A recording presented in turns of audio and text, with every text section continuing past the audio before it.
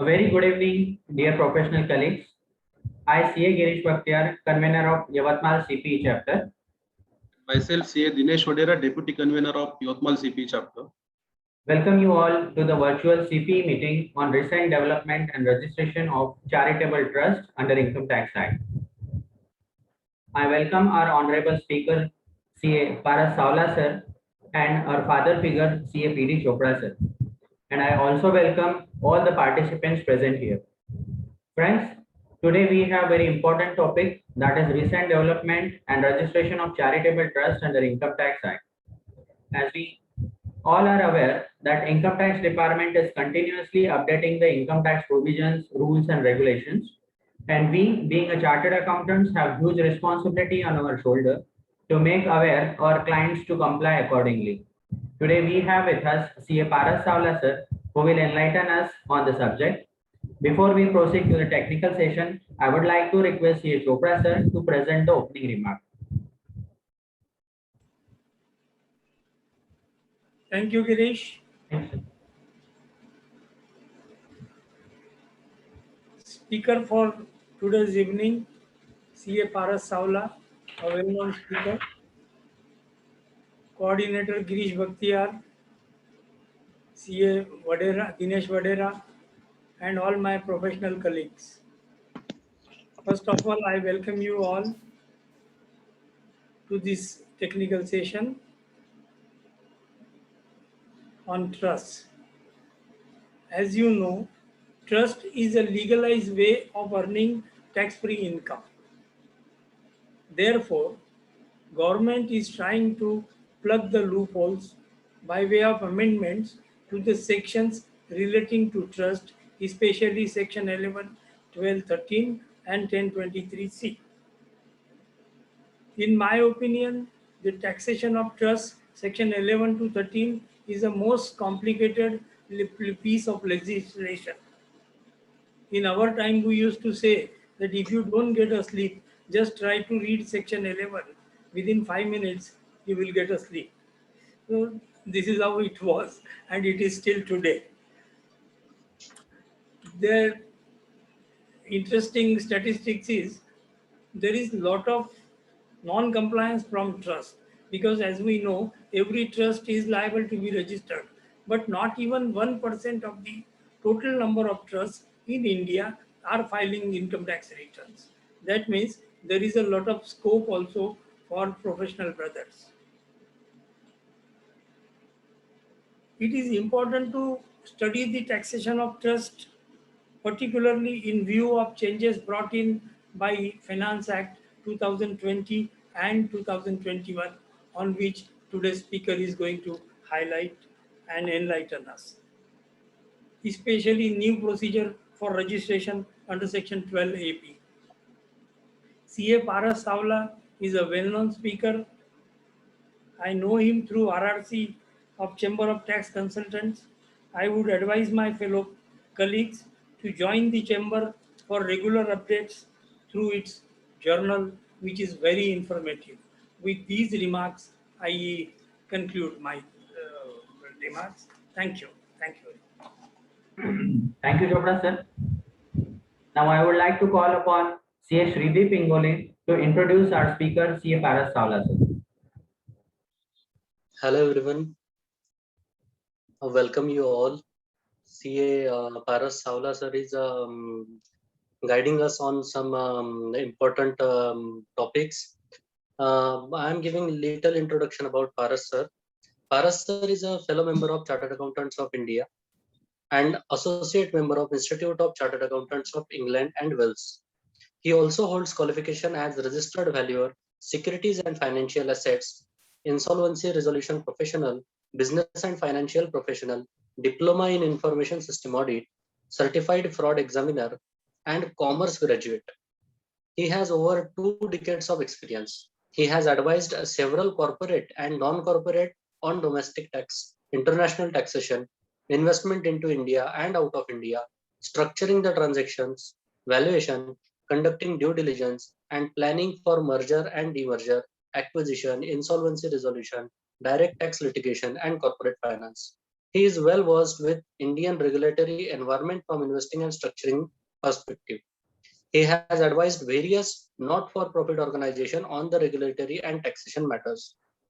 Previously, Paras sir had a stint with one of the big four accounting firms in the area of transaction advisory services. He is amongst few chartered accountants whose views are regularly quoted in the leading Indian and foreign newspapers.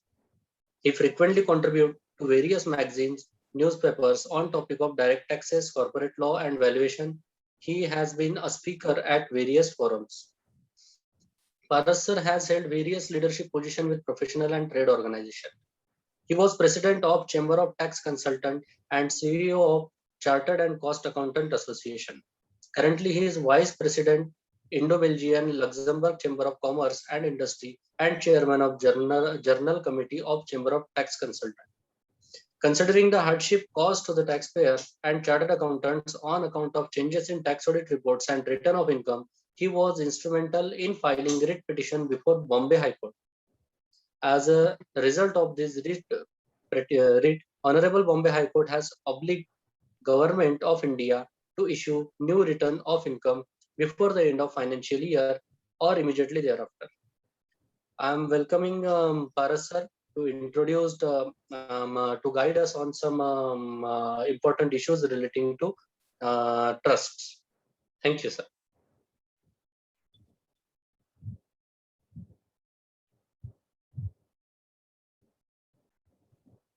Girish sir. Thank you, Shrideep. Now I request Paras Savla sir to start the session, sir.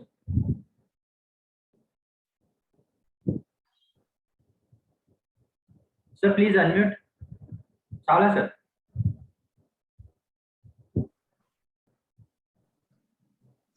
Thank you. The seniors in the profession like Chopra sir, the coordinator for the today's event, Girish, Shrideep for the kind words, and seniors in the profession and my dear friends. It's given me immense pleasure to be amongst you on the sharing my views on the topic of registration of trust or registration of trust under the Income Tax Act. The topic as such is the thing that as said by Chopra sir, that this is a topic, it's too complicated and people find difficulty understanding the things. And this difficulty has been further coupled by the amendments made to this section 11, 12, as such, and 13, 3 sections. But this is a whole Income Tax Act for the purpose of taxation of the charitable organizations. And every year there is one or the other amendment. And we won't find any year in which there no amendment has been made to this provision. Irrespective of the nature of government, irrespective of the finance minister, the amendments are every year there.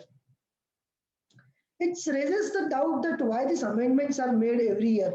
Is the section very pegged to the finance minister or they try to over-regulate it?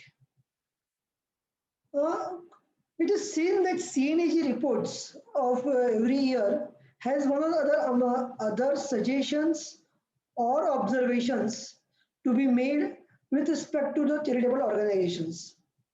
Besides CNAG report, there are also PAC report, that the Parliamentary Accounts Committee of the Parliament also has some observations. I believe this is a source of these amendments are these 2 reports. Let us look into a couple of observations by them in last 10 years. I selected 3 reports of 2013, 17, and 19. In 13, the CNAG observed that the grant of approval or registration is without any appropriate documents. So income tax officer grants a registration to the trust where the adequate documents are not taken. There are illegal exemptions claimed by the trust, even if they are earning huge surpluses consistently. So they always consider that, for example, the school school is earning some surplus or is in profit, this is always observed with the colored glasses that department always believes that trust should not make any surplus, they always should make a losses. They make investment in the modes which is prohibited or which is not been allowed by the Income Tax Act. Then there is a foreign contribution which is received by the trust. It has not been monitored appropriately. Of report number 27 of 2017 has a similar observation. It says that exemption is granted to the trust. However, there is no proper mechanism to see the performance of the trust. Once the trust are registered, they are entitled for the exemption, but there is no process under which the performance is measured. The trust, whenever it is registered, there is some governing law. For example, in Maharashtra, when the trust is registered, they are either registered under Societies Registration Act or Maharashtra Public Trust Act. There is a violation by this trust under those law under which they are registered, but still they keep on claiming the exemptions under the Income Tax Act. Exemption is allowed to trust hospitals who are engaged in non-charitable activities. There is overlapping of exemption under the section 11 as well as 1023C. 1023C allows the exemption to the education institutions and hospitals, but section 11 gives exemption to wide number of entities. There is no global best practice under which the common database of exempt entities is available.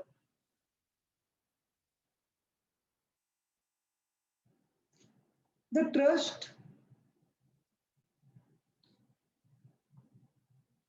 there is diversion of income.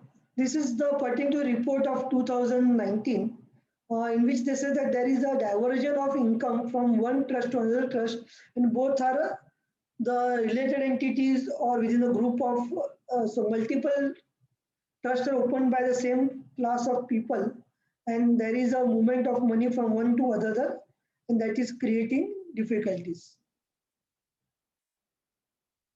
Exemption is granted even if the activities which are not charitable in nature. There is no mechanism to monitor the investments as specified by the law. The exemption to the SSC, where voluntary contribution including foreign currency donations are considered corpus without having appropriate document or specific directions from the donor. And whenever there are activities which are not as per the law, there are no provisions to cancel those cancel registration of the trust. We'll see these observations broadly in light of the amendments now which have been made. We keep these observations in mind, what the CNAG has observed from time to time.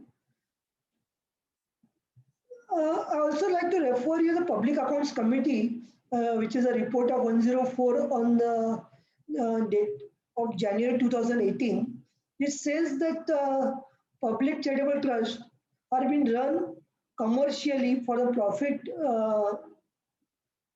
and has relatively violated the provisions of the Income Tax Act. There are serious natures of violations and failure of Income Tax Department to monitor whether trusts are fulfilling the objectives under which they have been established, also ensuring that there is no abuse of concession enjoyed by such trust. So this is an observation similar to what the CNAG has observed. So let us see the amendments what have been made. I'll try to run through some of the amendments which are made in last 6 years.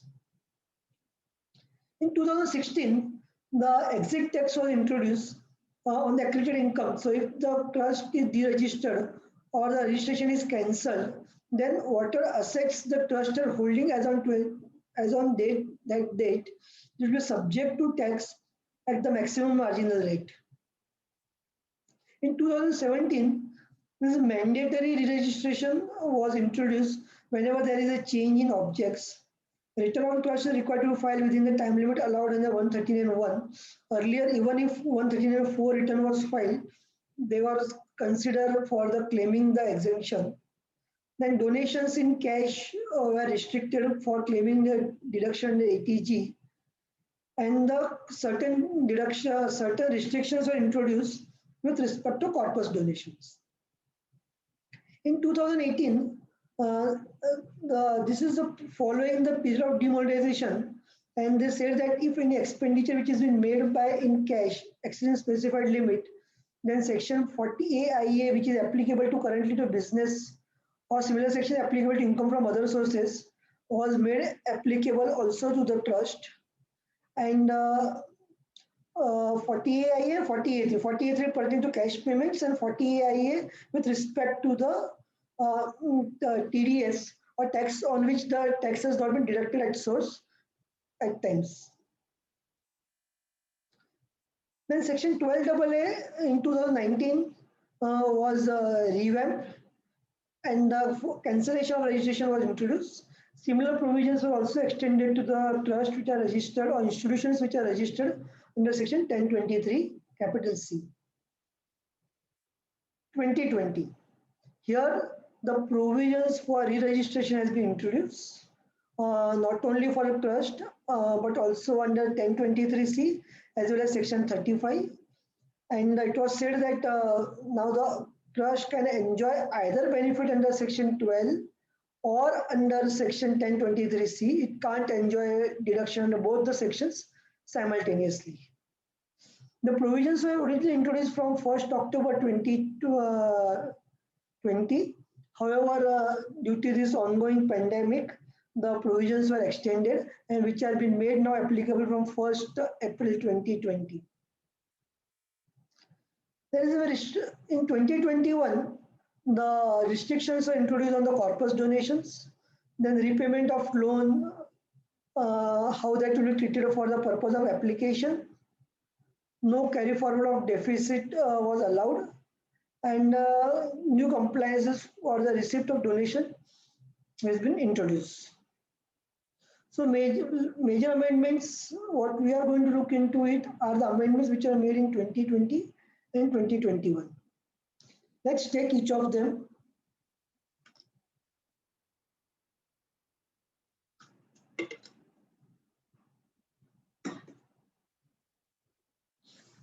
The first thing which was introduced is that of excess spend or deficit made. You know that everyone is aware that section 71, 78 to 74 are the group of sections which allows the carry forward and set off of losses. The taxation of the trust is governed by section 11, 12 and 13.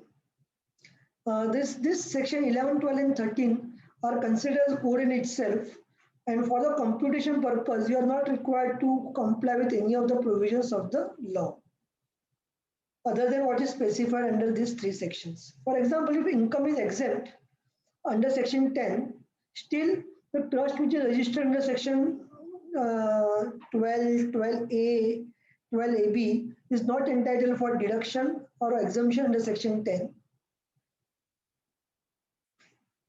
Similarly, the provisions which are set off of losses which are there is not applicable to the trust, because the 11, 12, 13 is a code in itself, and in this section there is no provision for carry forward of losses.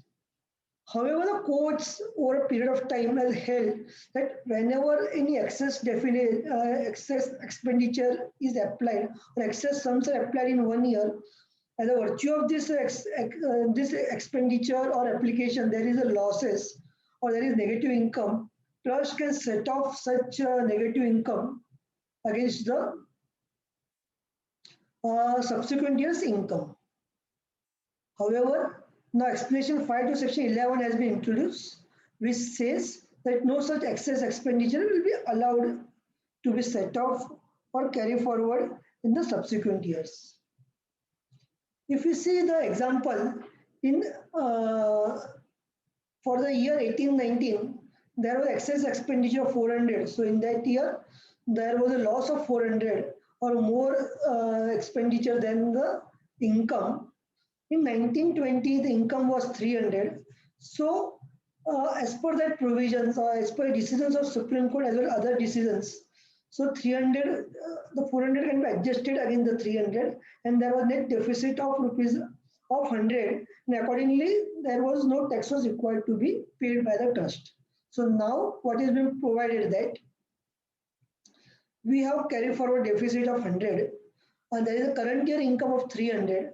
So while computing income of 300, you can't adjust the brought forward deficit of 100, and you need to pay taxes and on 300 if you are not claiming any other exemptions or application has been made for making applying this income in subsequent years to come. Borrowings. So currently the provisions were that if I spent anything out of my borrowings, so whatever amount is spent is considered as application irrespective of the source of income, whether it is out of donation, out of the income, or it is out of the borrowed funds. There was no requirement to check whether the amounts are spent are out of the borrowed funds uh, or not. And accordingly, whenever SSE or a trust spends any income or spends any sum, it was considered application. Further, as in view of circular from CBDT, whenever there is a repayment of loan, that was also considered application. So now what has been provided that if any application is made out of borrowed funds, it will not be considered as application. Only when the loan is repaid, it will be considered as an application. So if you see the example, so there is a borrowing of 100, application of 100, and there is income of 100. So there is 200 is the receipt. If you look at the cash flow, the application is 100. But what is taxable income is nil because my taxable income, so receipt is 100, borrowing is not considered as a taxable income or taxable receipt for computation. And whenever I am repaying the borrowed funds, uh, uh, that will also be considered as the application. So now what is proposed? So when I am borrowing, it is not considered income. When I am applying the borrowed funds, there is no application of my income. Subsequent year, when I am making a repayment of the borrowed, it will be considered as the application. In the current example, there is 100 is a borrowing, 100 is the application. So application for the purpose of computation of income is nil because the 100 which is applied out of borrowed funds is not to be considered. And repayment, subsequent year there is a repayment for the borrowed funds. That repayment amount is considered as application accordingly. Accordingly, taxable income is computed.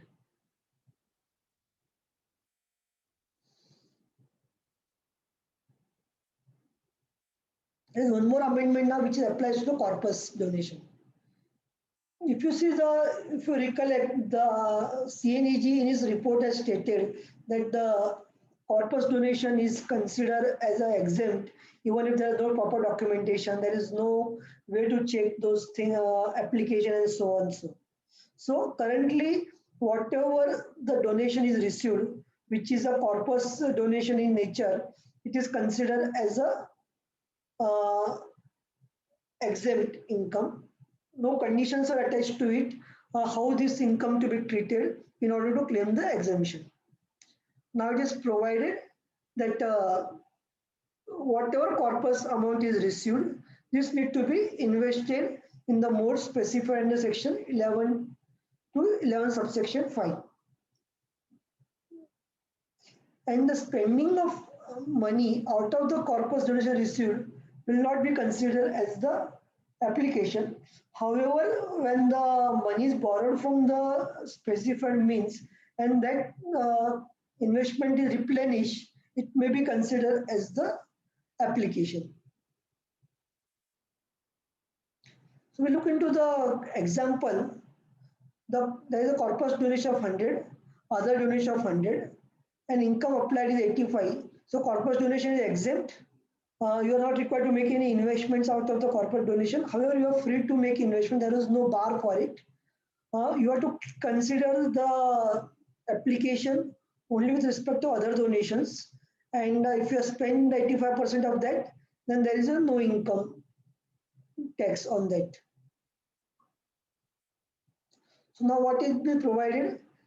That in the scenario, when the corporate donation 100 received, I have to make an investment of rupees this 100 rupees in the investment in the one of the modes which is specified under section 11 subsection 5. So whether investment made in the bank account, which is a, because I believe whenever amounts are deposited in the bank account, it should be considered as a invested in the mode specified under section 11.5. So in subsequent year, there is a withdrawal of the investments and of 60. Out of this withdrawal, you have spent for acquiring asset of 60.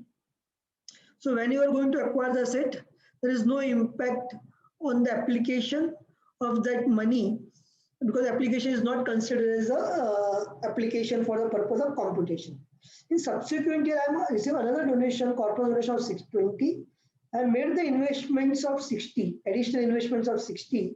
So in that scenario, what I received currently, donation 20, I have made the investment of 60, so 60 minus 20 is the excess investment what I have made. So that is a 40. And since in the last year I have withdrawn 60 out of my investments, so I have created additional FD of 60. But out of the 60, only 40 will be considered as application because 20 is the current year's corpus donation. So whenever I am replenishing my investments in the subsequent year, it is considered as an application and I am able to claim the deduction. So for clarity is there, in case any questions, you can put it in the chat box. We can consider them in the at the end.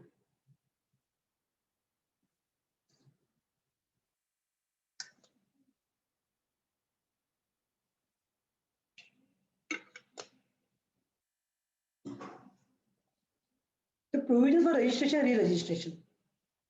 This is the another provision which has been introduced here, applicable from the 1st April 2021.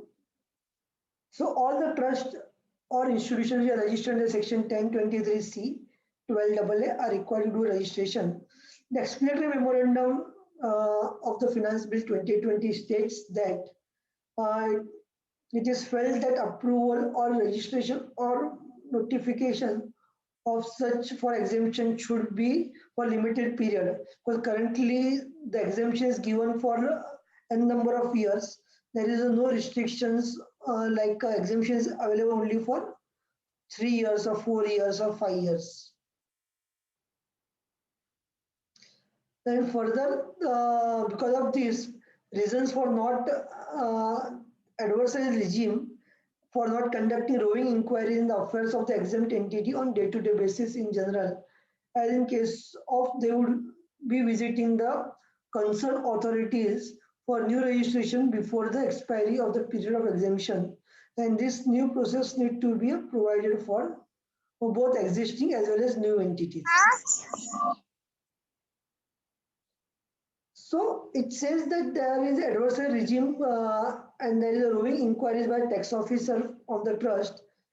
In order to save such time from both the sides, tax officers also from the roving inquiries, the new provision for registration, re-registration has been introduced.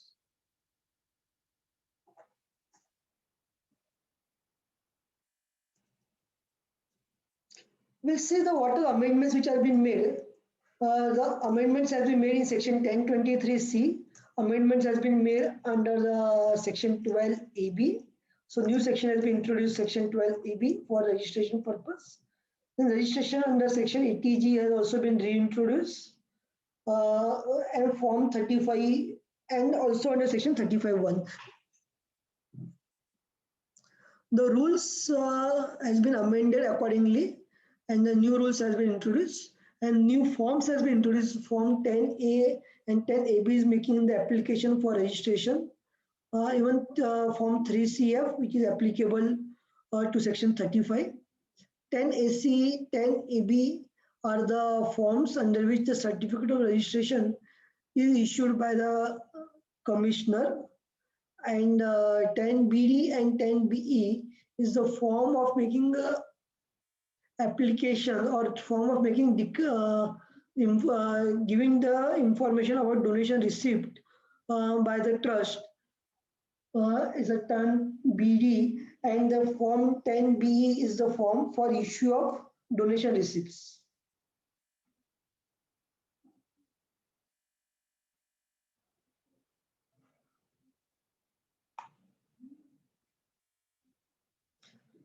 The form, let's look at the form 10A. 10A, 10AA are the two forms which are applicable to trust. Form 3CF is applicable to section 35. See, more or less these forms are the similar in nature. 10A is the form which is applicable over the larger to the large number of people who are making the current application. So what is the time limit for making application? With respect to registration or re-registration, which has been currently introduced, the trust which are already registered in the section 12A or 12AA are required to make application before 30th of June 2021, provided the exemption, provided the period of making registration is not extended. Otherwise, last date is 30th June, so that is 3 months from the when the provisions introduced. That is to be made in the form 10A. Next 4 categories which we will deal is the application to be made in the form 10AB. So this applies to the trust which are already registered and whose registration is about to expire. So when you made application form 10A, you can get the registration, and that registration is valid for 5 years. So before the end of that 5 years, 6 months before the end of the period of 5 years, you need to make application in form 10AB.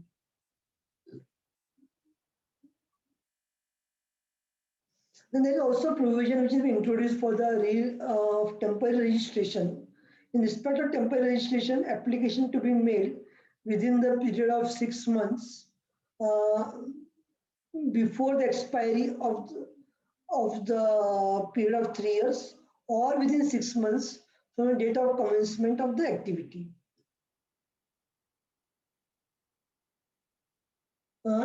So this is also application to be made in form 10AB.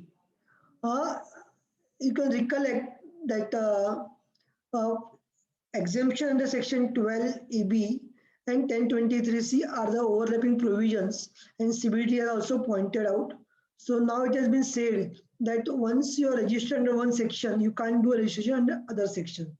So the trust which is registered under section 1023 capital C is also registered under section 12. It will throw the result as a result of which my registration under the section 12EB becomes inoperative as per the section 11(7) first proviso. So in such cases, you are granted in the subsequent year when you want to claim the exemption under section 12 and not under section 1023C, you are required to make application 6 months prior to the end of the commencement period, commencement of the assessment year. So, for example, in the current year, so we are looking at the year financial year 21-22. By virtue of my registration is under section 1023C as well as under the section 12AB, My registration under section 12 AB will get go in abeyance because I'm also registered under section 1023C. Subsequent year, the various conditions which are specified under the 1023C are not been followed. Accordingly, I am being subject to the tax under the Income Tax Act.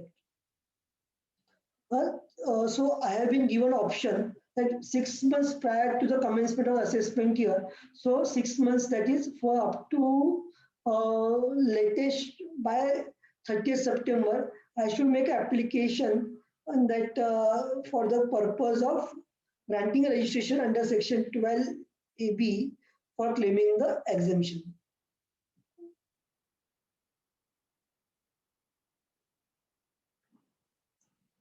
Then the provision is there. Here also application is required to be made in the form 10 AB. Whenever there is change in objects clause or any bylaw has been changed, now it is provided that within 30 days from the adoption of the such modification, you should make application in the form 10 AB. If there is a scenario which is not falling under any of these categories, then there is residual category, an application is required to be made in form 10 capital A. These are broad time limits for making application for registration with respect to the charitable organization.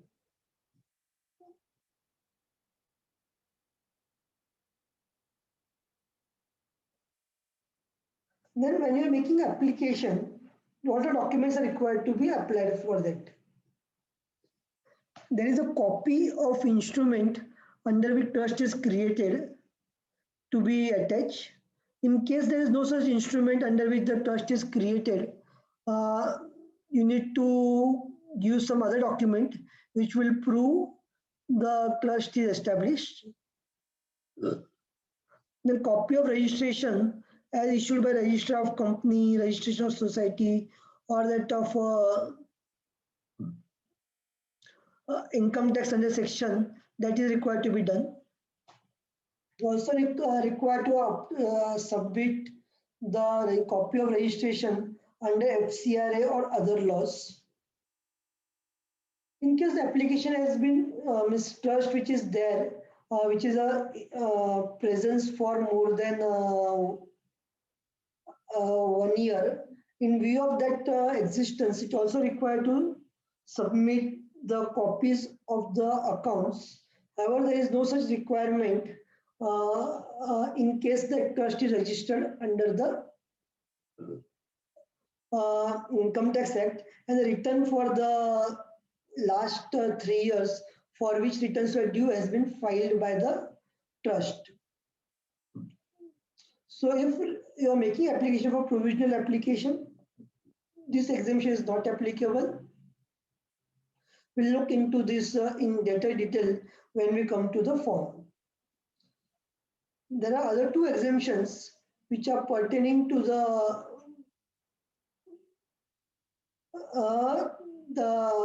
applications to be made under section 12 AB, where in case there is rejection, in past there is rejection of the order under section 11, 11, 12, 12 AA, so on, then we are required to also attach the copy of the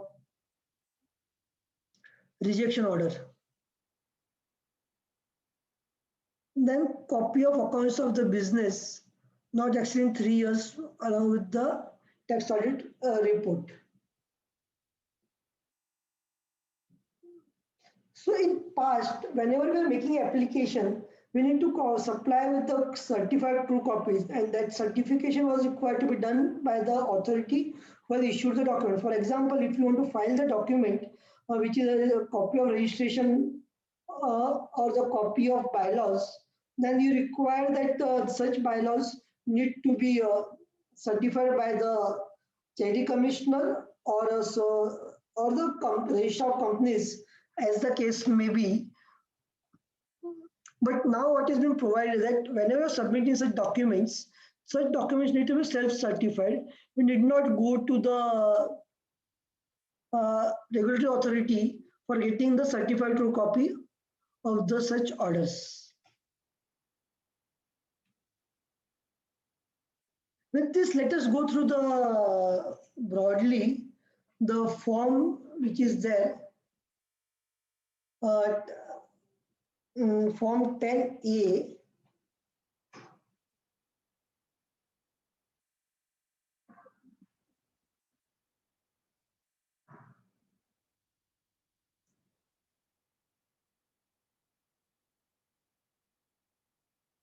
I'm just choosing the form so that I can display it on the screen.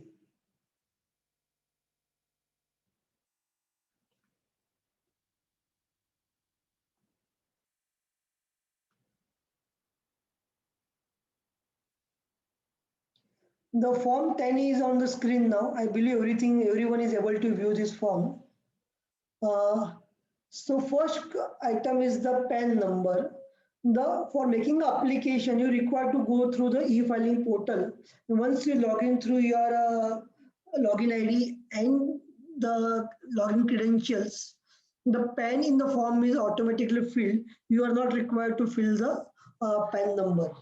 Item number 2 is a section code. There are 19 categories under which the application can be made. So there are 12 categories under which the application can be made. And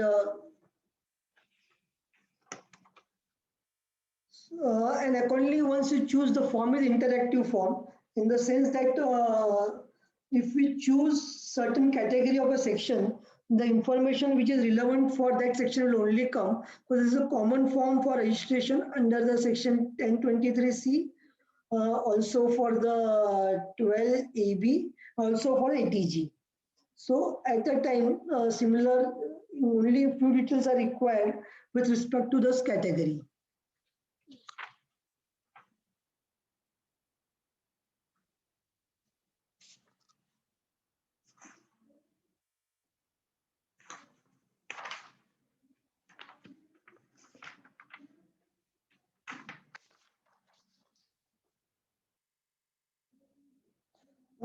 So the first two categories respect to the registration to section 12A.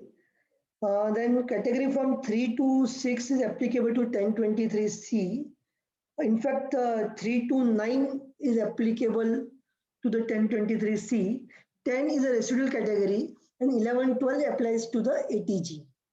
So once you choose this category, it will be applicable. So mostly in respect of a trust for which we are making a currently application, the code what we will be choosing will be a code 1 or code 11 for the ATG will be chosen in the current set.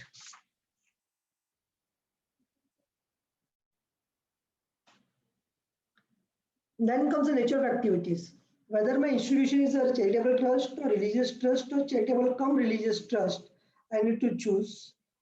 And if it depends if why that is required, so that my applicability of the provisions changes in case of charitable and religious trust, and in case of only religious or in case of only charitable trust. Constitution can be a trust, trust which is registered under the Maharashtra Public Trust Act in the state of Maharashtra. Some states don't have such laws. Then the Society Act is an act which is applicable to the societies. Then the company or any other category. Any other category may include the not-for-profit organizations which is registered under the Partnership Act. The item number 4A asks whether the trust has been set up with the instrument or not. Because in case of very old trust, they don't have any instrument registering the trust. But however, on the basis of the documents or on the basis of the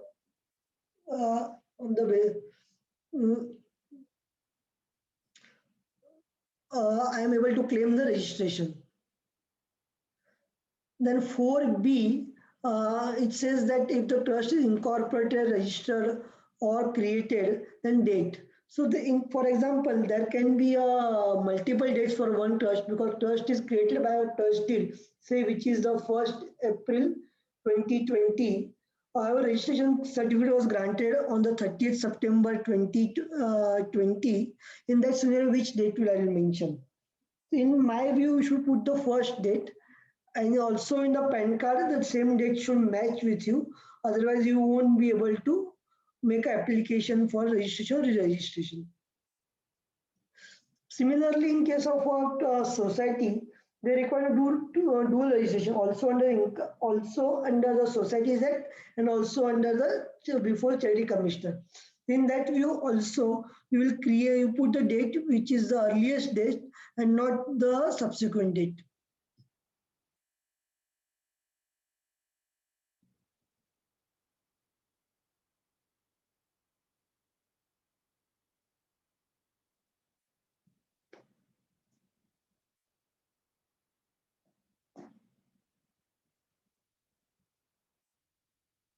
Then there is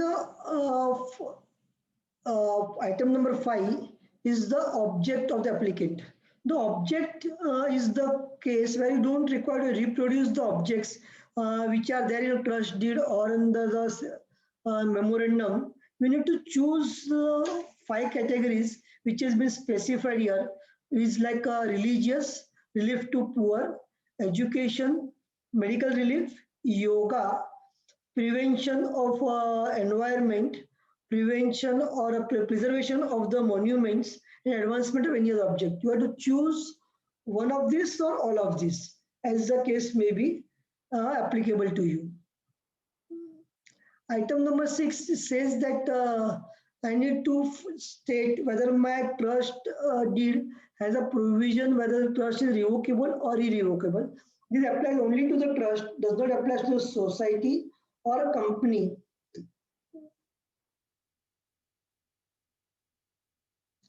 In past, CNAG has observed that even the trusts which are revocable in subsequent years, still the exemption is been granted to them. Though section 61 says that income is exempt only if the income is not applied or which is a revocable trust. But in my view, because in practically what we have observed till now, that if the trust does not have an irrevocable clause, the registration was virtually been not granted, and they were asking the applicant to make the amendment in the trust deed. But in my view, as per the amendment made in 2016, by introducing the provision of 115 TD accredited tax, in my view, this provision, even though trust is not having a irrevocable clause, still there should not be any issue before the trust, because in case there is no irrevocable clause, but any income which is there applied in violation of provisions of the Act, then the provision of 115 TD will trigger, as a result of which I am losing the exemption. So in my view, though there is specific question whether the clause, whether trust is revocable or not, even though there is no, it's irrevocable, not irrevocable, still the commissioner cannot reject my application. And if it is a thing, they don't require to do the amendment in the trust year. But let's see how department is going to take this or view this in the years come.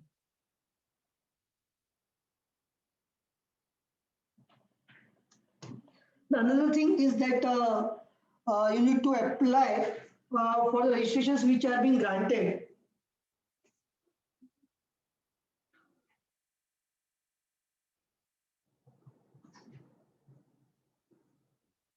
The registrations which have been granted, you need to mention not only under Income Tax Act but also for the other acts. So this is a multiple field 7, 7A, 7B, 7C, 7D. and 7E, the more the registrations will put, the more the forms for the fields will open. So first information required to fill is that of Darpan portal. In case the trust or institution who is receiving the donations from the government agencies or the state or central government, then it is a mandatory required to register themselves under Darpan portal, which is being maintained by the Niti Aayog. In case the trust is also holding the FCRA registration, need to put the information about the FCRA registration. And then the trust can be registered, which is registered under section 12A, 12AA, 80G. All such informations, wherever the trust is registered, is required to put under this category here also.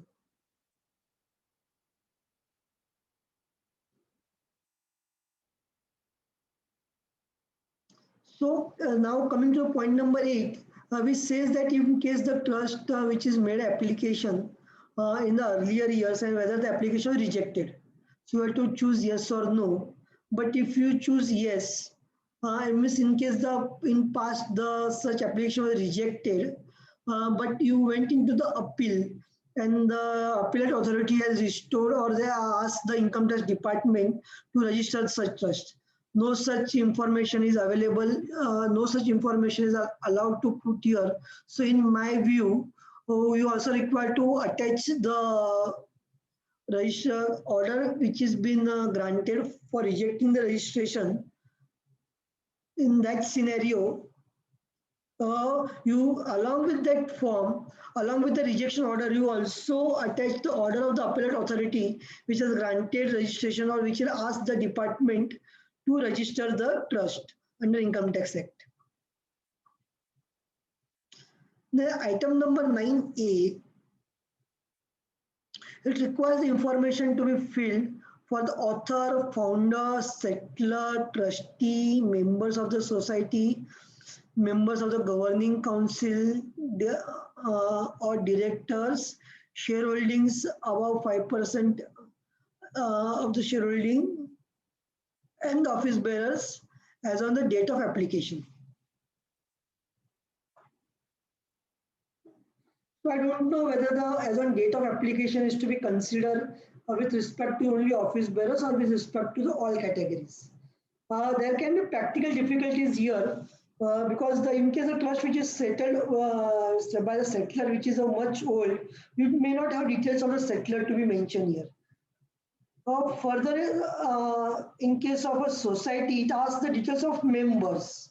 So society, for example, if the Yavatmal CP chapter is registered under Societies Act, and all the members of the chapter will become the member of that chapter. Hence, the details of all those members will be required to be provided here. Then the conveners or will be considered as the members of governing council or the office bearers, and information is required to be provided. If Yavatmal study circle study chapter also has a shares, because a trust can be a trust or a section 8 company or section 25 company can be limited by guarantee and or also limited by the shares. So if the shares are there and the person holding more than 5% of the shares, details are required to be provided. However, in case of the company which is having a person who has given the guarantee for more than 5% of the amount of the authorized capital, no such provision has been mentioned whether you should provide it or not.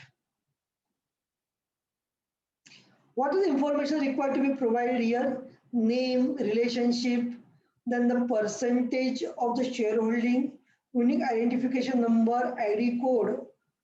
Unique identification number is a number which is reference to the ID code. ID code consists of the various documents which is required to be filed. There can be 6 types of documents which has been allowed here. First is a PAN number. If you don't have PAN number, then you can go for the Aadhaar number. If you don't have Aadhaar number or PAN number, then the category what is being specified information is required to be provided is that of in case of foreign person is the tax identification number in the foreign country, uh, then ration card number or election photo ID number and so on. So in case of settler who is no more now, and the trust was settled in very much earlier, say in 1950s or 1960s. You may not have details of that settler, especially document.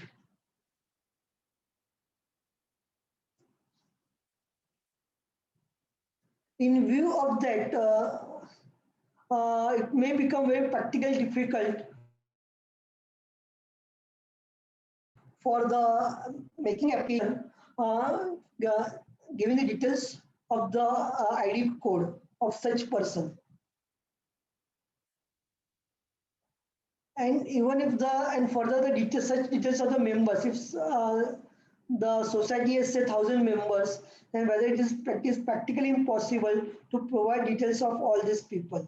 So I believe that there is some error in drafting this form, and this may lead to practical difficulties.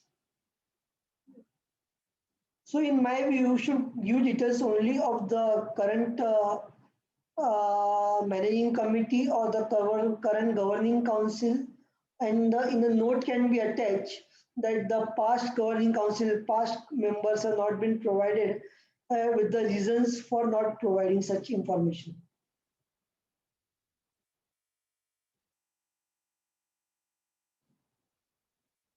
Then you need to choose whether you file a return for the years for which due date has expired.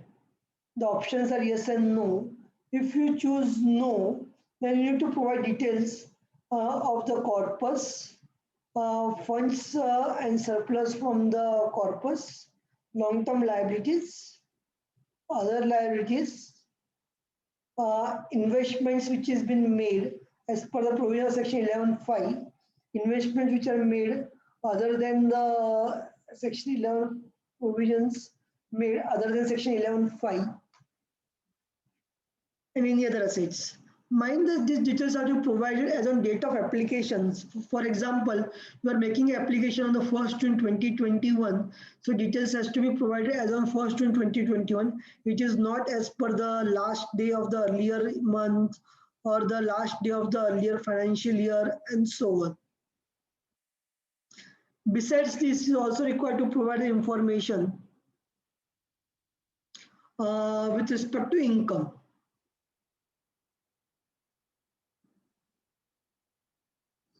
So income is 3 years information required to be provided, and they have made the categories for the income. So with respect to the grant received from the central state government and year, then grant received from the companies under CSR, and the other specific grants and any other income. Information is required to be given. In case the trust or society also has a religious nature, in section in item number 12A, we have to specify this whether it is religious, charitable or not. This is required because in case of religious trust, the exemption is provided only if in case of religious and charitable trust, the donor who is making a donation, the trust is allowed to apply for religious purpose, not exceeding 5% of the income. So this is in order to identify this thing, the specific information is called for religious and non-religious activity. And then the form, the signature is there. Form is required to be signed by the person who is required to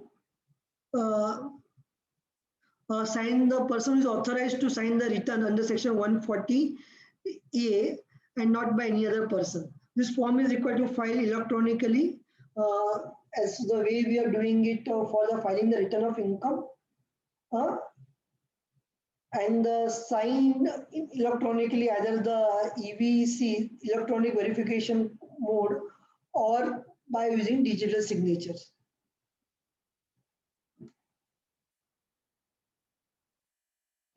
So form is supported by the various instructions. You need to go through these instructions very carefully, especially when the form is filed.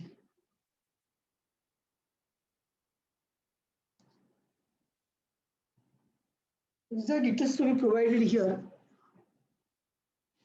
This is the explanation for the details to be provided.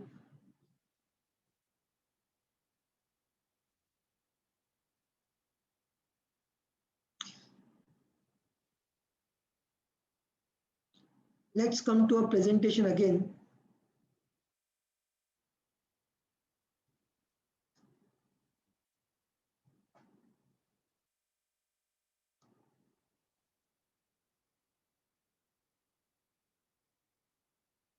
Let us consider a few of the issues which I believe is been faced by many people.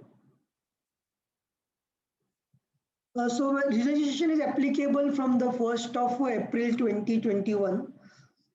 Registration may be granted subsequently within the 6 months or within 3 months from date of making application.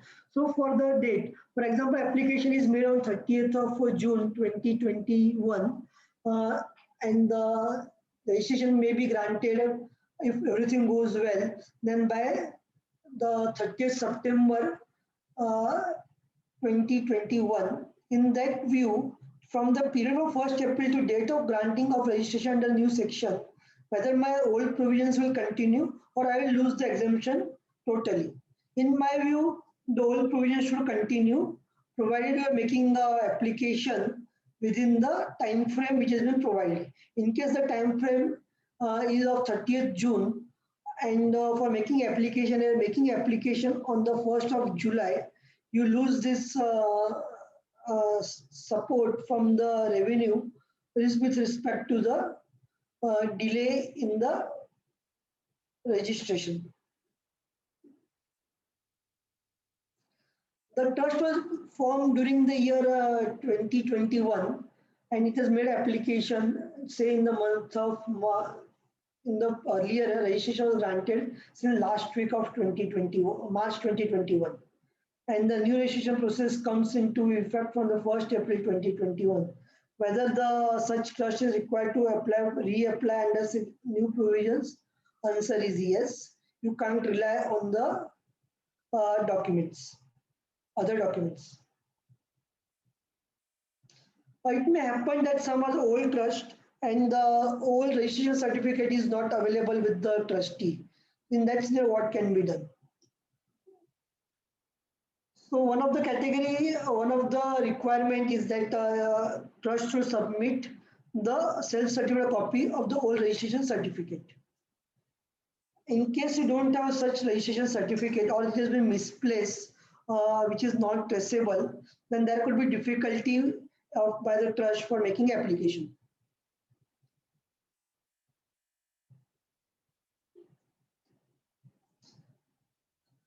In my view, there can be a couple of options for here that since you lost the original certificate of registration, you may submit some document which has been issued by the department and which mentions the registration certificate under section 12A or all the prior sections. Another thing is that you make an application to the department for the issue of duplicate certificate, and for issue of duplicate certificate you may be required to file police complaint, and your documents will be supported by the in this. The other can be there, but when you're making application of duplicate certificate, the department may ask you to provide the copy of police complaint and what efforts you have made. So one more option may be available. We need to explore it, whether we can file the application under the RTI Act. The RTI Act has an advantage that the department is required to accept or reject the information to be provided within 30 days. since there is a time frame within which the application is required to be made, so RTI can be a more effective mechanism for obtaining the duplicate certificate. In case you don't have time for making the application, don't have time for waiting for the information on this, you may file the application that the query may come, or you file the letter stating that I have lost the original certificate and giving declaration for this, as in which we receive it, we can do it. The filing letter is most important thing. We'll deal with it subsequently, why this information is more important. The trust has entered into an arrangement for the change in the objects clause, say in the month of April. My time limit for making application is within 30th of June, that's 3 months. But when there is change in object clause, then my time limit for making application is 30 days. So I should make because both applications are in different forms. So for the first category, form 10 is applicable, and for the purpose of changing objects, the form 10 is applicable. In my view, you should make an application first under the form 10A, and then you need to make application for a change in objects. So in that scenario, a time limit of 40 days is curtailed down. So curtailed down, and you need to make application well in time. So what can be consequences if you don't make application by 30th June or such other date, extended date? In my view, that you will not get the exemption for the financial year 21-22. So all the incomes may be subject to tax, one thing. At times 115 TD may also get into trigger, because whenever there is cancellation of registration, 115 TD is trigger.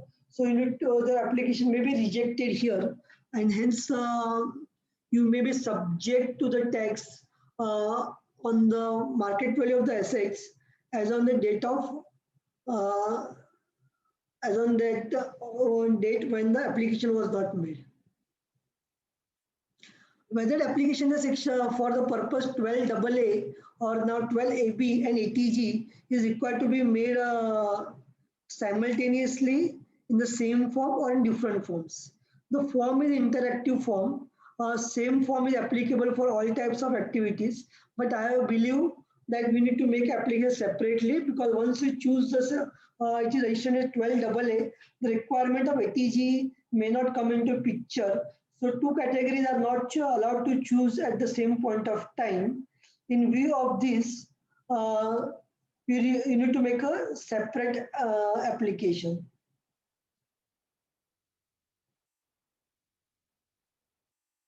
So trust registration, but ATG was rejected. So trust was having the application say up to the March 21. 12A application was made and that was accepted, but ATG application was rejected. So in that view, whether I should make an application in which category? In my view, this application is required to be made in the fourth category or the residual category as the thing.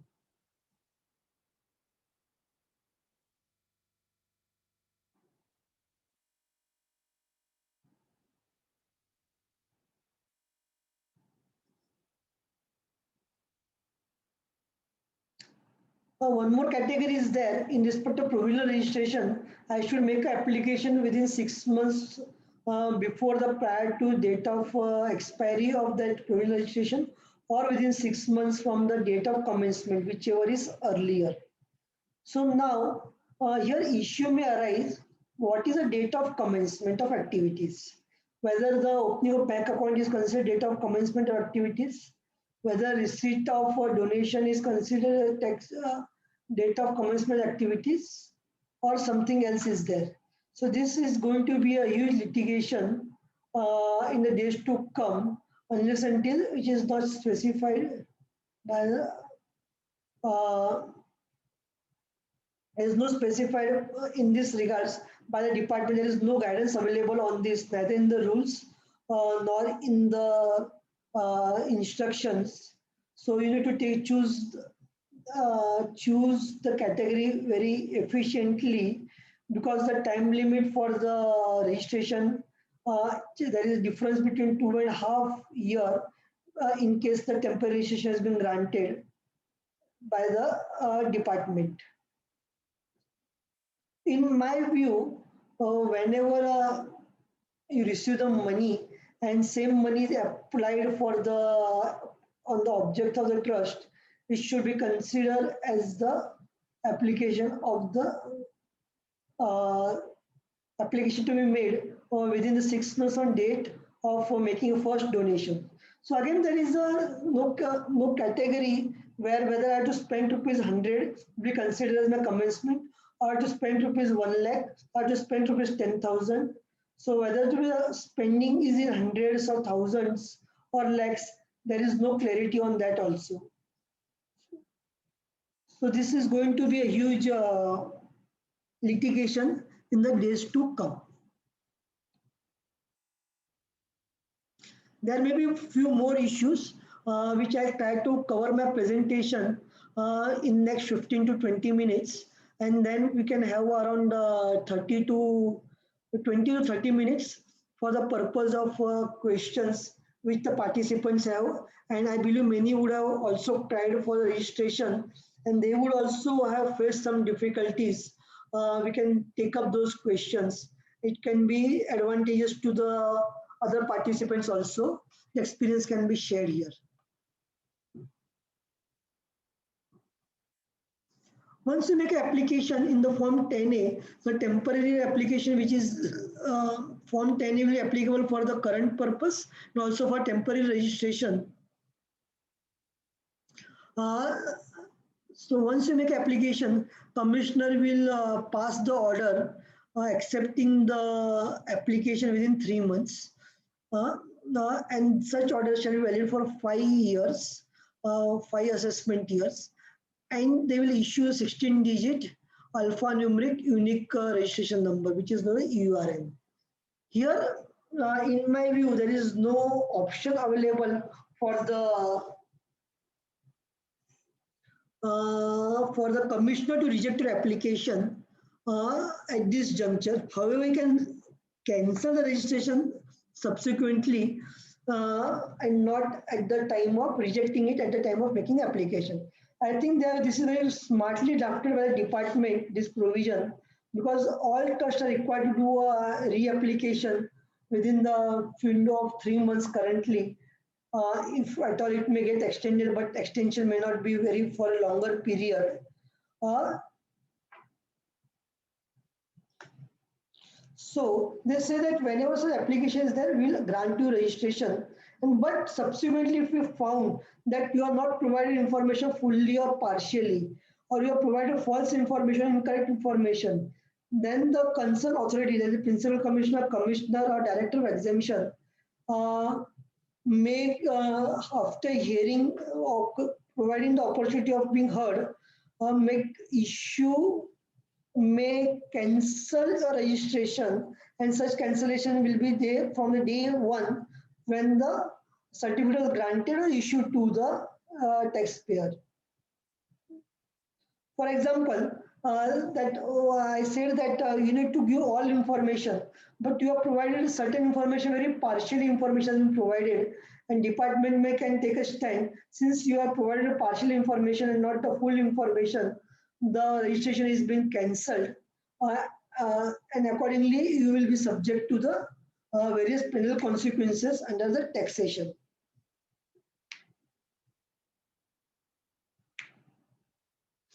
So application which is made in Form 10A, it is a deemed registration. In fact, no further information is required to be provided once the required information in the Form 10A has been provided. However, for example, the application is made now. Application is valid for the 5 years. So application made in the financial year 21-22 will be valid for the financial year up to 26-27. On 31st of March of 27, Commissioner comes to notice that you are not providing information which was required, or you have provided partial information, or you have provided the information which is partially correct. It can initiate the process for cancellation, and the cancellation will be from the day one when the certificate is issued and not from the date of the financial year in which the application has been made. So this is a very draconian provision. In my view, the cancellation of the application or cancellation of the URN is beyond the powers provided to the commissioner under subsection 3 and 4 of the Income Tax Act, which provides the power the commissioner to cancel the registration. But time will only state whether the whether the how the department is viewing this type of things in the years to come. In case the application is made in the form 10AB, that is the registration application post temporary registration, or application after the change in objects, or application after the expiry of original registration which is currently granted now. In that scenario, the commissioner has a power to satisfy himself about the objects and genuineness of the activity, and also the compliance of such applicable laws by the trust. So unless until the activities which are genuine activities, registration may not be granted to you. Hence, all the department can call for such information, and there can be a continuous information calling for the purpose of satisfying the commissioner about the genuineness of activity. But if you see, this was similar provision was also applicable in the earlier years when the application was under section 12AA. Although there are various case clauses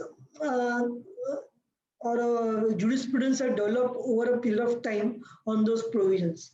I believe those jurisprudence or those decisions will also be applicable to the current scenario when the amendment is made, even after amendment is made to section 12AB, to the extent the provisions are common between old section and new section. In case the new restriction will be introduced, then the decisions may not be applicable for that purpose. For example, in the past, it was always been tussle between the trust as well as for the department, that if the trust is earning a surplus, then it was said that the trust is for the purpose of making a profit, and the exemption should not be granted for such income.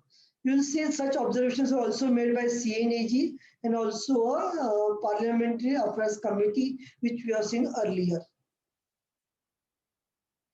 So, in that scenario, what was held that even the trust is earning a profit or earning a surplus, it should not be considered as a trust for the purpose. Existence of trust is for the making a profit.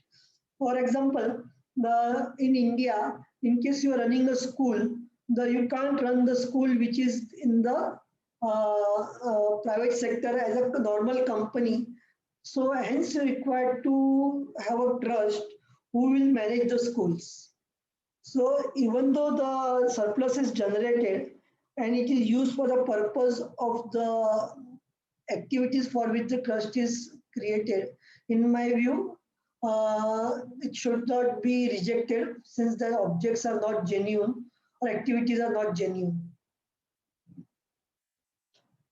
The CNAG has observed that even though there is no compliance of the local laws, still the trust is claiming the exemptions and enjoying the exemptions. For example, in Maharashtra, there is a Public Trust Act, and if the hospital is run by the trust which is registered under Public Trust Act, you are required to maintain the specific number of beds and other things for such type of, because that is a condition which is specified in the Maharashtra Public Trust Act. It is observed that such provisions are not being followed by the trust in toto, and still they are claiming the exemptions. Hence, the law has been amended that if there is no compliance of other law, then the activities cannot be considered as genuine, and the commissioner can reject the application on the ground that the activities or objects are not genuine, or there is a non-compliance of the under any other laws.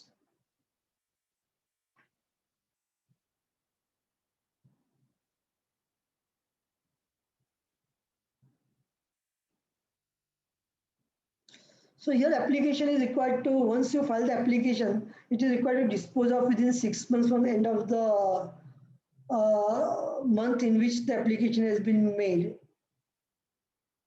And if the commissioner is not satisfied with the activities or whatever information is asked, he may call for such information as may be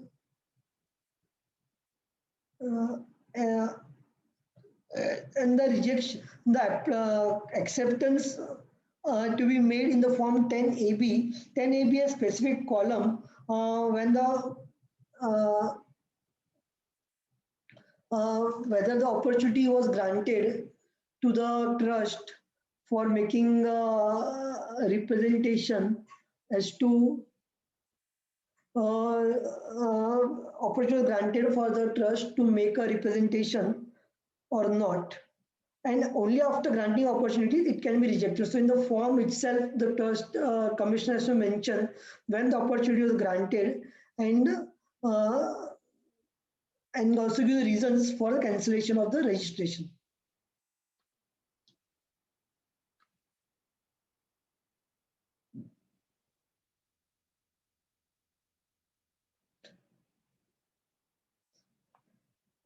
As you're aware that everything comes with the conditions, and we have observed that a few of the applications which we have made in form 10A has been accepted, and the orders have also started coming in. And if you refer the orders, they lay down certain conditions which is required to fulfill.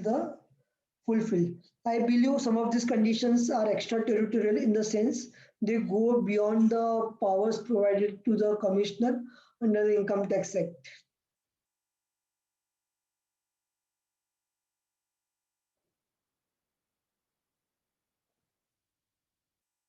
So one of the conditions says that you need to make an application for the prior approval whenever there is a change in the object clause. The commissioner, you need to make a prior approval before the commissioner. Once the approval is granted by the income tax commissioner, then only you can apply for the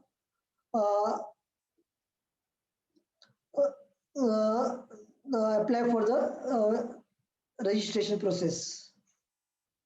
And however, there is no such procedure for obtaining the prior approval. I don't know how this is. And whereas there is another provision, other condition in the same order, which says that that whenever amendment is being done to the bylaws, due procedure under the law as applicable to that institution must be followed. And the registration authority reserves the right to consider whether the alteration in the objects which has been consistent, whether they are consistent with definite table or not. So first you have to see the prior condition, we have to get a prior approval, and there is another condition which says that even there is a prior approval, and when you are making application subsequently, the commissioner may again look into it whether the objects are in the line with the charitable object or not.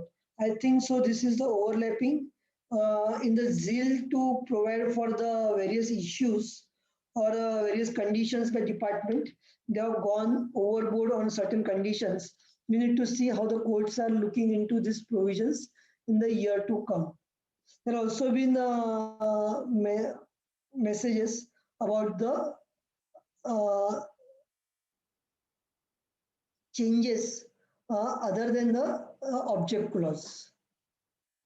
There is also, if there is change in principal office then you would also intimate the local commissioner. It says that the registered office or the principal office or the activity of the applicant should not be transferred to jurisdiction commissioner except with the prior approval.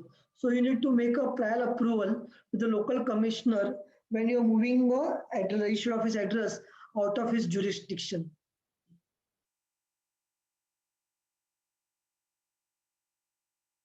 Trust need to comply with all the provisions of Income Tax Act.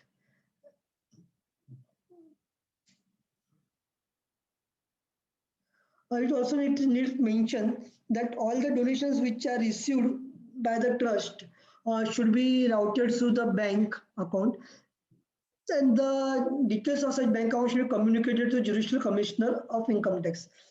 There is no provision as on date which says that the rules which requires me to communicate my bank account details, and neither there is a provision to submit such details. I don't know how we will comply with this thing and whether you will need to file the letter with the jurisdictional commissioner that this is the address, these are the details of my bank which I am maintaining and where the corporate donation is being received by me. The issue may arise in case of corporate donation which received in kind and not in cash. Once the corporate donation received in kind, how we will mention that the amount is invested in the more specified in 11.5 and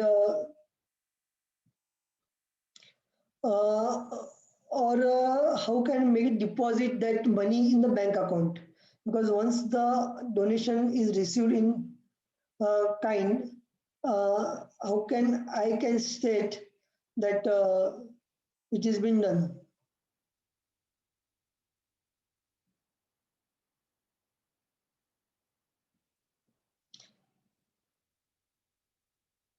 There are 4 conditions specifying that the information provided is wrong or not correct. The registered authority can withdraw the registration. So, so they have provided various try to cover various scenarios or try to cover the various categories for the cancellation of the registration.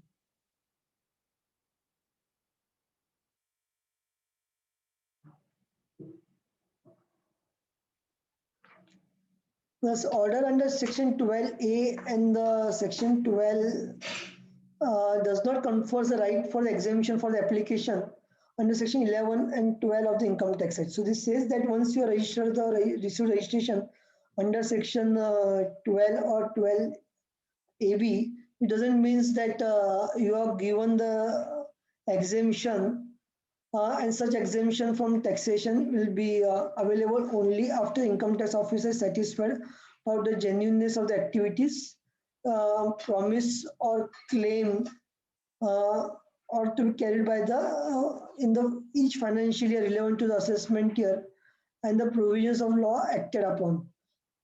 And it is further said the provisions of section 215 need to be complied with. If you see the explanatory memorandum, it says that there is an adversary regime, so the income tax officer should not. It says that this would be fact also to the reasons to having a non-adversary regime. So they wanted non-adversary regime for not conducting the roving inquiries in the affairs of the exempt entities from day-to-day basis. In general, as in any case, they will be revisiting the concerned authorities for the new registration after the expiry of the period of expansion. So it says that tax officer should not do roving inquiry on year basis because the re-registration process has been introduced and they are required to make an application for re-registration, and at that juncture the various inquiries can be made by the tax officer. But still the condition, one of the condition which is stated in the form, registration form says that registration can be granted only after there is no violation under those provisions of the Income Tax Act. So I believe this is also a conflicting conditions. I believe that in the zeal to protect the revenue, in a zeal to put the extra conditions on the NPOs, the various conditions has been put on by the department and provided,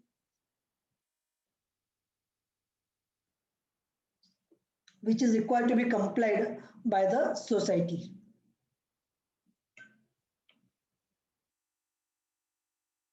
It also says that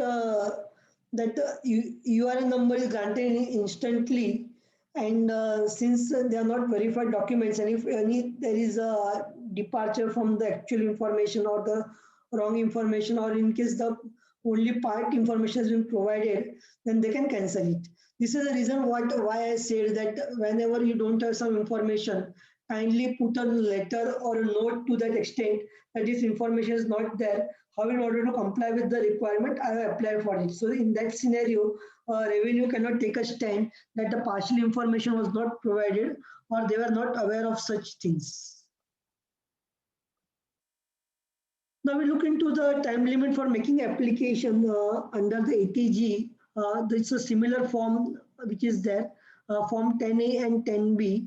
That is time frame also similar, except the two categories has not been provided, because in the 12AB, the 6 categories were there. Here only 4 categories of time limits have been specified.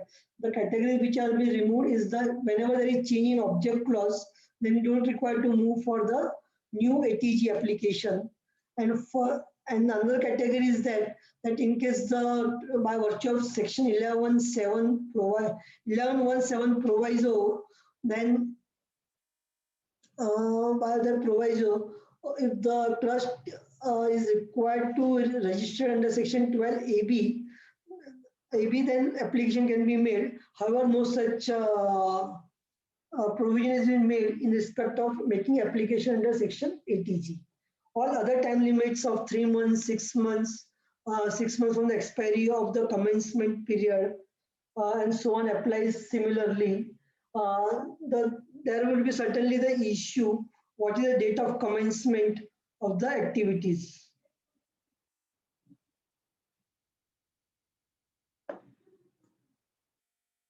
With this, I completed with the thing on the 12A, application under section 12A. Now let us look into new provisions which are applicable to the ATG. Under ATG, the CBDT, CNAG has raised the objection that CBDT may consider a possibility of introducing automated generation of ATG certificates. This is in similar to what has been done by TDS certificate form 16 or 16A. CBDT has responded there, stating that that automated generation of ATG certificate on similar lines as per the stresses would not be feasible to implement and would be extremely complicated for the application.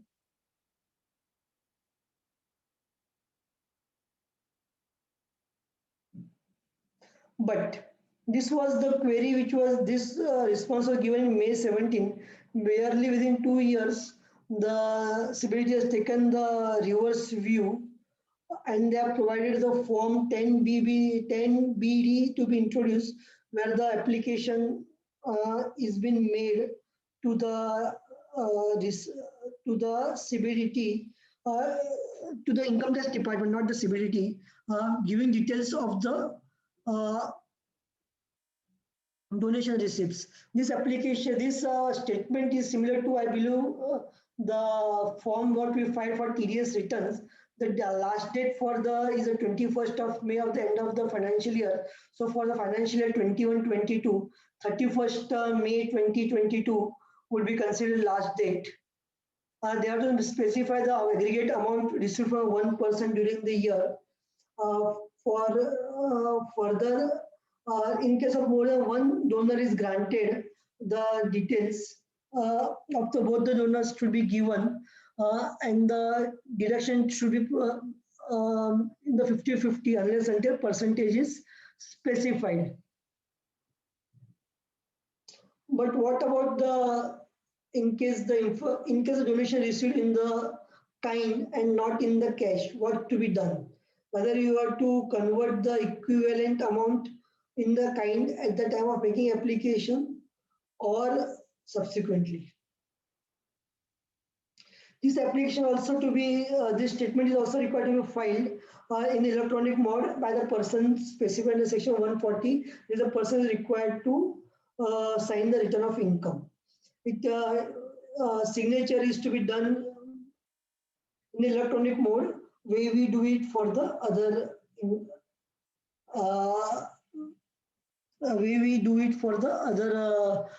TDS statement or return of income. Further, the issue of certificate of donation certificate should be done in the form 10BE, and the last date for issue of such certificate is also 31st of December.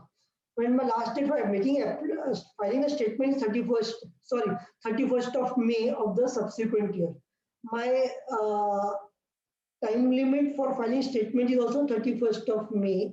The time limit of issue of TDS certificate, donation certificate also 31st of May.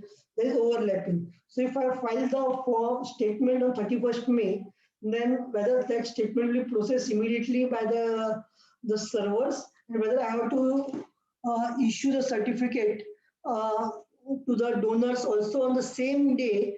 If I file it at the 11:59 at the midnight, so how can I comply with this provision? And non-compliance of this provision is a penalty of ₹200 per day. So whether penalty applies for each donee, there is no clarity on it. But in my view, looking at the provisions which are applicable for TDS, the donation will apply to each donee also, so that if the 10 donors are given money to the trust, then 10 into 200, that is a 20,000 will be the applicable penalty.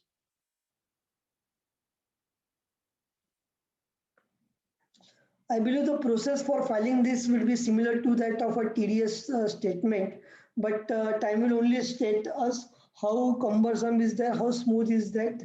But in the meantime, we should make our in-house data perfect and ready, so that all information can be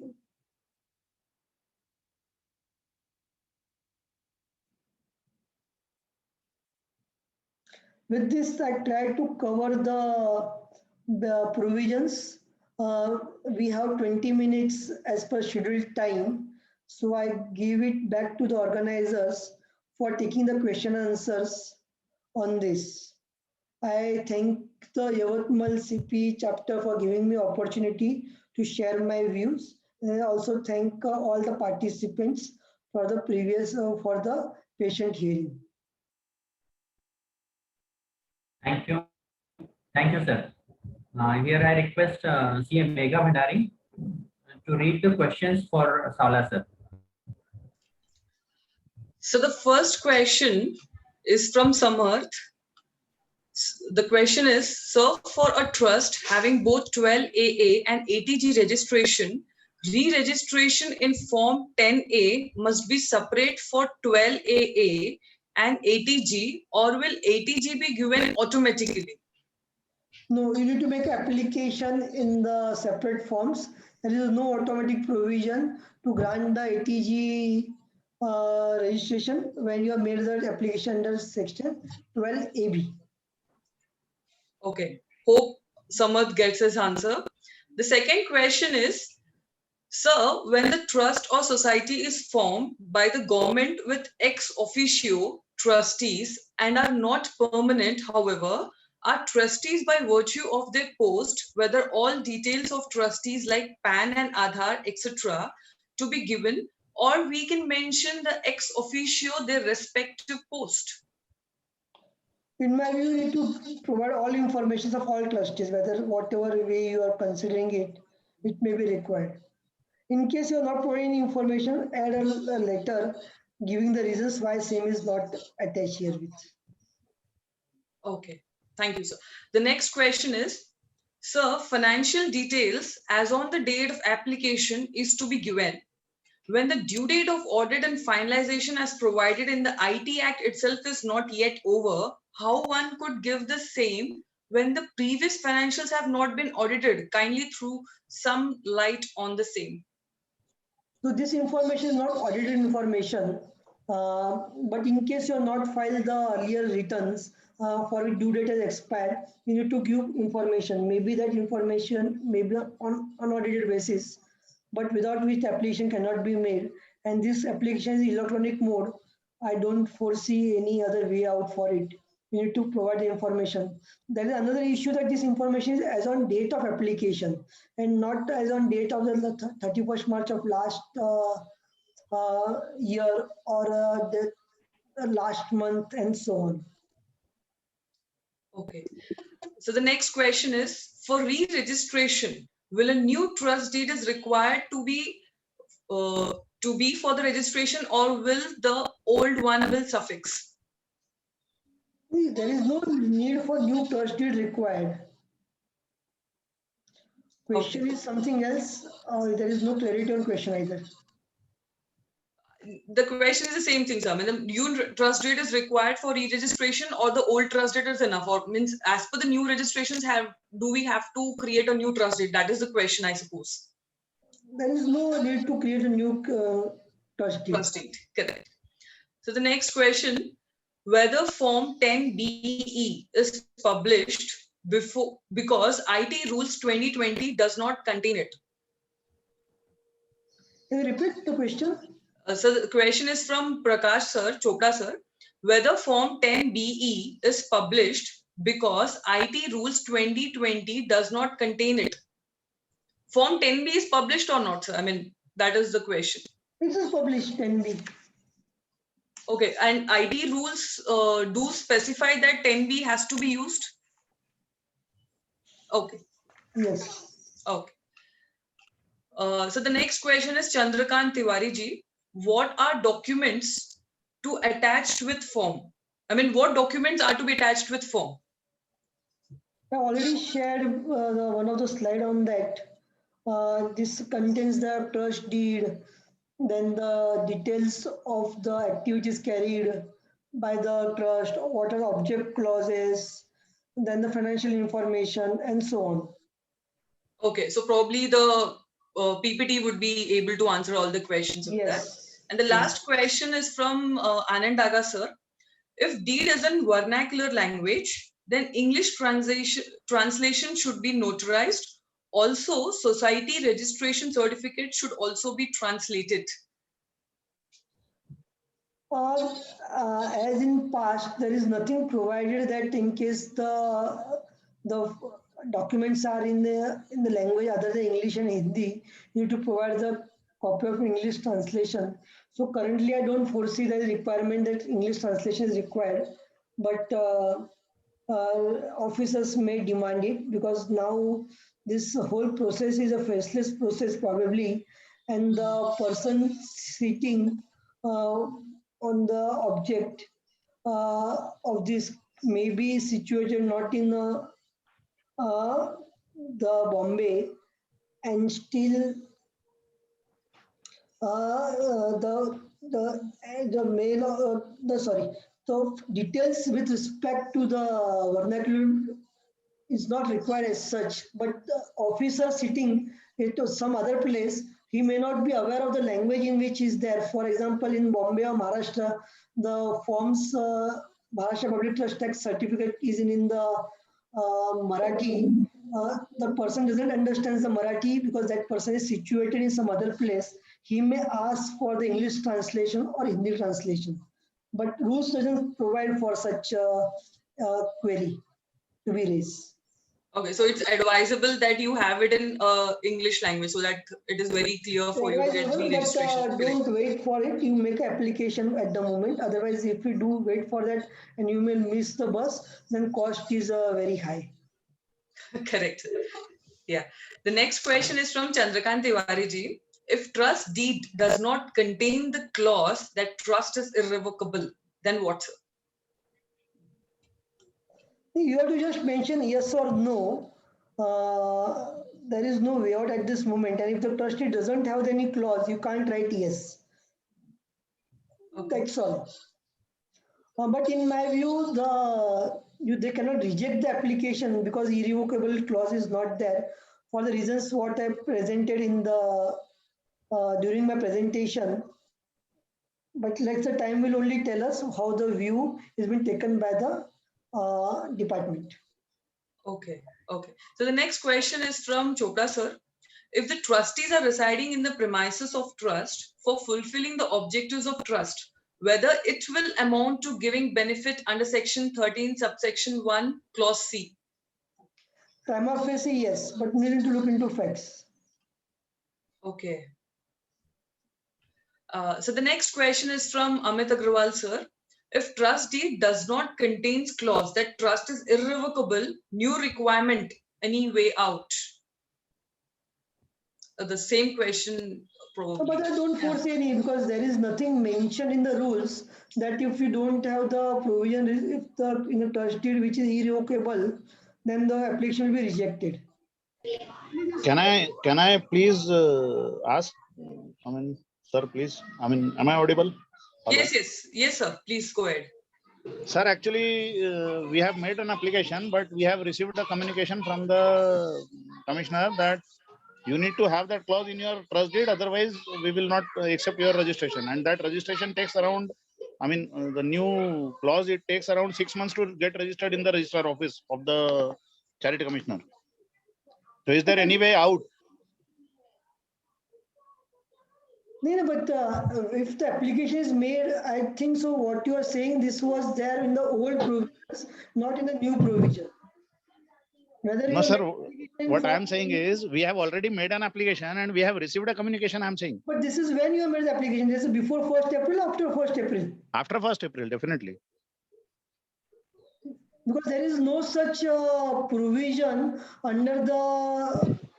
Sir, it is not a question of provision. What I am saying is we have received a communication from the commissioner and they are asking this and they are asking that it should be incorporated in your trust deed. This clause should be incorporated. Because what we have seen it in our application, even though there is no clause for the irrevocability, the commissioner has not issued the letter, and the commissioner can't because the section 10 form 10 EB when the 10A application when is made under first category, they can't reject the application. No, they have not rejected the application, but they have asked this as a query. If you don't change it, then also they can't reject the application. That's what I mean to say. Okay. And secondly, sir, one more question additional to this. There is one more clause from the, commissioner side orally. It's not on written on paper. What they have said is that you should obtain a clause there itself that whatever donations are given to the trust, even they should not be revocable. Now, donation itself by word, it implies that it is a, irrevocable thing. But Then they you want need it to in show the writing also. provision. Then you need to show the provision like provisions of Transfer of Properties Act, which deals with such types of donations. The donation, the parent law from which the donation comes is the Transfer of Properties Act. And probably this is the ignorance from the commissioner or that person, whoever is communicating it. They are communicating this thing orally, but not in written. Then ignore it. Let them communication come and ignore it. Okay, sir. Okay, sir. Fine. Thank you. Yeah. So the next question is from Chandrakant Tiwari ji. Is any affidavit required to be given? So there is no requirement of affidavit. I don't know for what context the affidavit is being asked by the member, but there is no provision or there is no requirement to give any affidavit. Okay. So that was the last question from chat box. Dear members, if you have any question, please post it so that can be answered. But only thing is, whatever these queries are raised, in my opinion, this is relating to prior to all applications 31st March 2021. Because after 1/4/2021, whatever applications have been filed in 10 AC, this new form, there are no such queries. That's what our experience is also there. So I don't know. We need to look at the communication, what is being received by Yeah. that member. Need to look into that communication. Uh, okay, any more questions, please?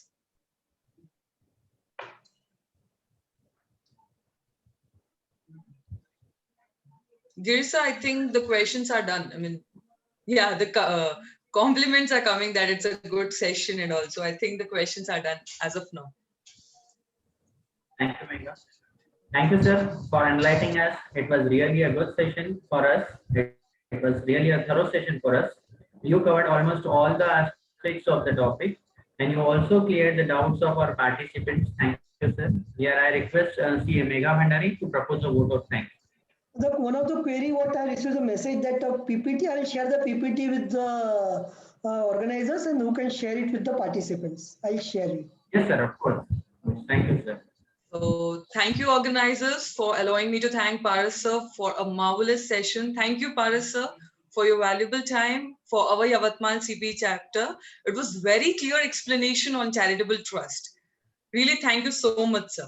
We all here expect more and more sessions from your side on other aspects of income tax in your future, like what we heard in your introduction that you also give on international taxation and other aspects of income tax. So we will welcome your more sessions, sir. And thank you, Yavatmal CP chapter, for back-to-back super sessions with excellent speakers on hot topics of our profession. Thank you, participants, for your presence. Your presence gives more motivation to organizers to come back with another session. Thank you. Thank you once again. Thank you. Thank you, Megha. Thank you, sir.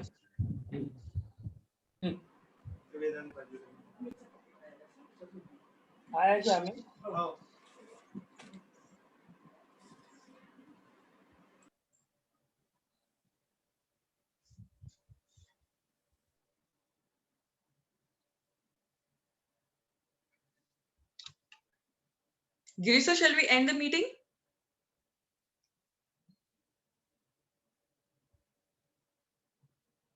Okay. Thank you all.